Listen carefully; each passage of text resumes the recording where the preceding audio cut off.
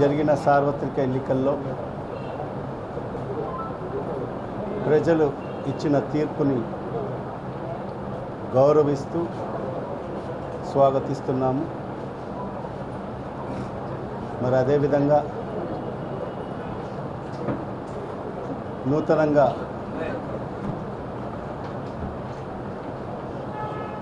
ఏర్పాటు చేస్తున్న కొత్త ప్రభుత్వానికి శుభాకాంక్షలు తెలియజేసుకుంటూ నాపై గెలిచిన మాధవిరెడ్డి గారికి శుభాకాంక్షలు తెలియజేసుకుంటూ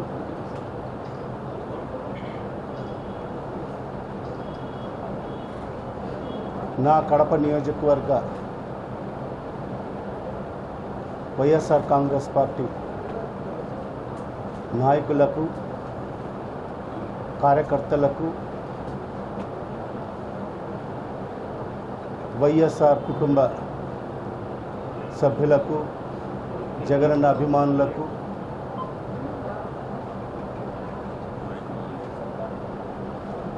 మరి అదేవిధంగా నా కడప నియోజకవర్గ ఓటర్ మహాశయులకు అందరికీ కూడా ధన్యవాదాలు తెలియజేసుకుంటున్నాను. నా కోసం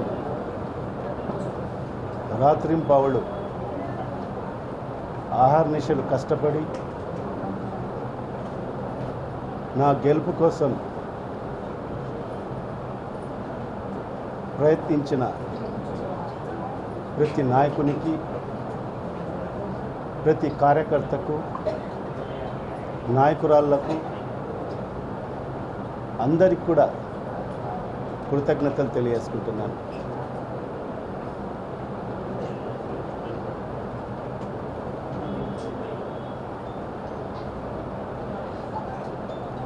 రాజకీయాలంటే మోసం చేయడము, అసత్యాలు చెప్పడము, దగా చేయడము, ఎన్నికల ముందు మాట చెప్పి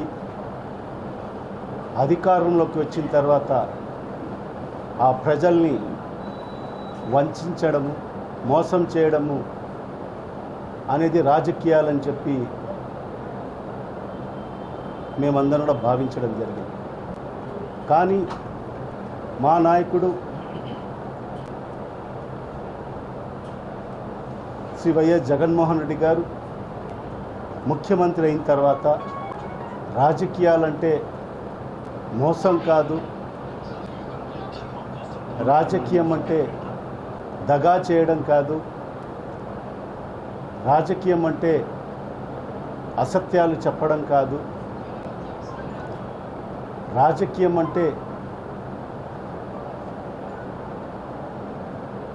చెప్పిన మాట నెరవేర్చుకోవడము.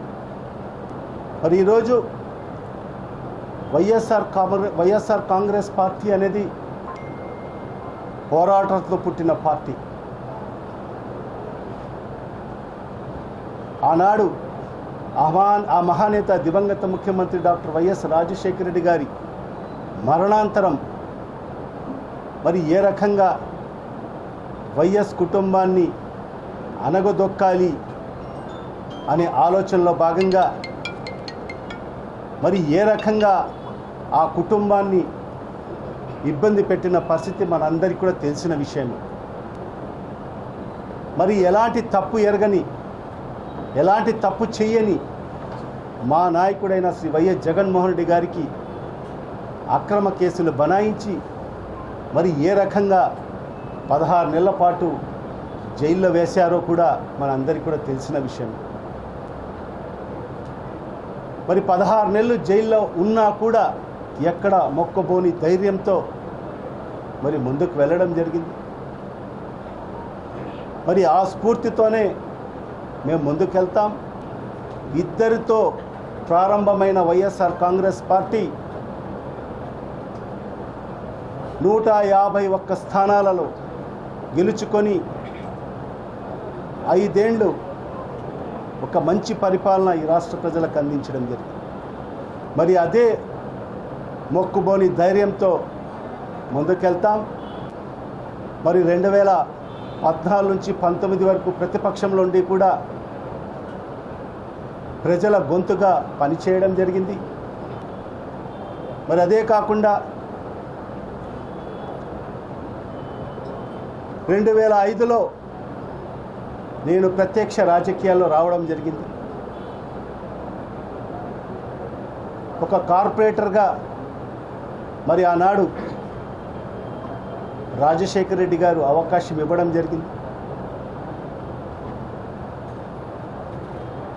ఒక కార్పొరేటర్ స్థాయి నుంచి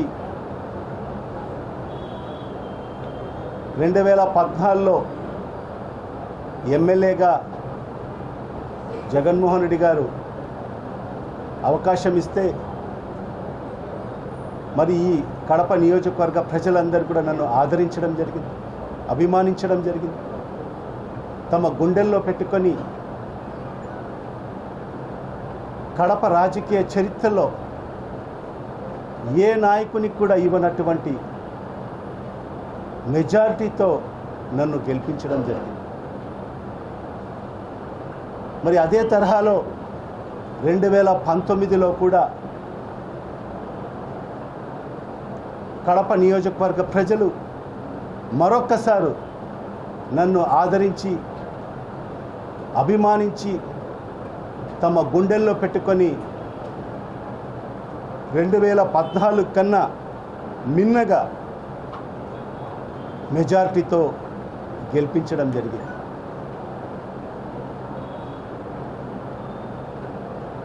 మరి ఈ 10 ఏళ్ళు నేను ప్రజాసేవకి అంకితమయ్యా, ప్రజలకు అందుబాటులో ఉన్నాను. శత్రువు అయినా నా గడప తొక్కి వస్తే అతన్ని ఆదరించి నా శక్తి వంచన లేకుండా నేను సహాయం చేయడం జరిగింది. మరి అదే ధైర్యంతో ముందుకెళ్తాను. ఖచ్చితంగా ప్రజలకు అందుబాటులో ఉంటాను. ప్రజా సమస్యల గురించి ఖచ్చితంగా నేను పోరాటం చేస్తాను. మరి అదే దిశలో నా యొక్క లక్ష్యం కడప నగరాభివృద్ధి. ఎందుకంటే రాజకీయాల్లోకి రాకమునుపు అనేక మంది రాజకీయ నాయకుల్ని చూశాను, వాళ్ళ వ్యవహార శైలి చూశాను. నా యొక్క సంకల్పం ఏమంటే ఈ నగరం అభివృద్ధి చెందాలి. దశాబ్దాలుగా నిర్లక్ష్యానికి గురైన ఈ నగరం ఖచ్చితంగా అభివృద్ధి చేయాలి. ఆ అవకాశం ఆ భగవంతుడు కల్పిస్తాడని నేను విశ్వసించాను.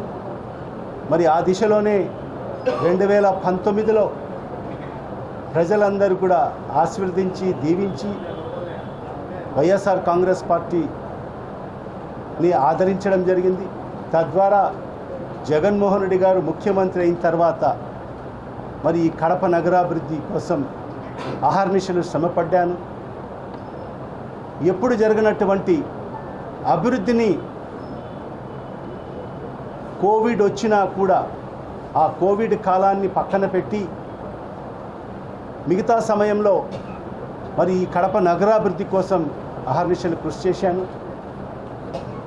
ఎప్పుడు లేనటువంటి అభివృద్ధి కార్యక్రమాలు మరి కడప నగరంలో శ్రీకారం చుట్టాం. 2000 పైచిలకు కోట్లతో కడప నగరాభివృద్ధికి శ్రీకారం చుట్టాం. మరి కొన్ని పనులన్నీ కూడా పూర్తి చేసుకోవడం జరిగింది. కొన్ని పనులు ఆన్గోయింగ్ వర్క్స్ ఉన్నాయి, కొన్ని ప్రారంభ దశలో ఉన్నాయి. మరి ఇవన్నీ కూడా నేను ఏదైతే కొత్త ప్రభుత్వం ఏదైతే ఏర్పాటు కాబోతుందో మరి వాళ్ళకు కూడా నేను విజ్ఞప్తి చేస్తున్నాను. మరి ఈ అభివృద్ధి అనేది ఆగిపోకూడదు. దశాబ్దాలుగా కడప నగర ప్రజలు వివక్షకు గురి కావడం జరిగింది. మరి ఆ పరిస్థితి నుంచి మన ప్రియతమ ముఖ్యమంత్రి గారు శ్రీ వైఎస్ జగన్మోహన్ రెడ్డి గారు ముఖ్యమంత్రి అయిన తర్వాత మరి ఈ నగరాన్ని అన్ని విధాలుగా అభివృద్ధి చేయాలి అనే ఆలోచనతో మరి ఎన్ని కష్టాల్లో కూడా ఆర్థికంగా ఎన్ని కష్టాలున్నా కూడా మరి ఈ కడప నగరం అభివృద్ధి జరగాలని చెప్పి నిధులు కూడా ఇవ్వడం జరిగింది. మరి ఆ అభివృద్ధి అనేది ఖచ్చితంగా ముందుకు తీసుకెళ్లాలని చెప్పి కూడా మరి ఈ ప్రభుత్వం ఏర్పాటు చేస్తున్న నాయకులకు నేను విజ్ఞప్తి చేస్తున్నాను.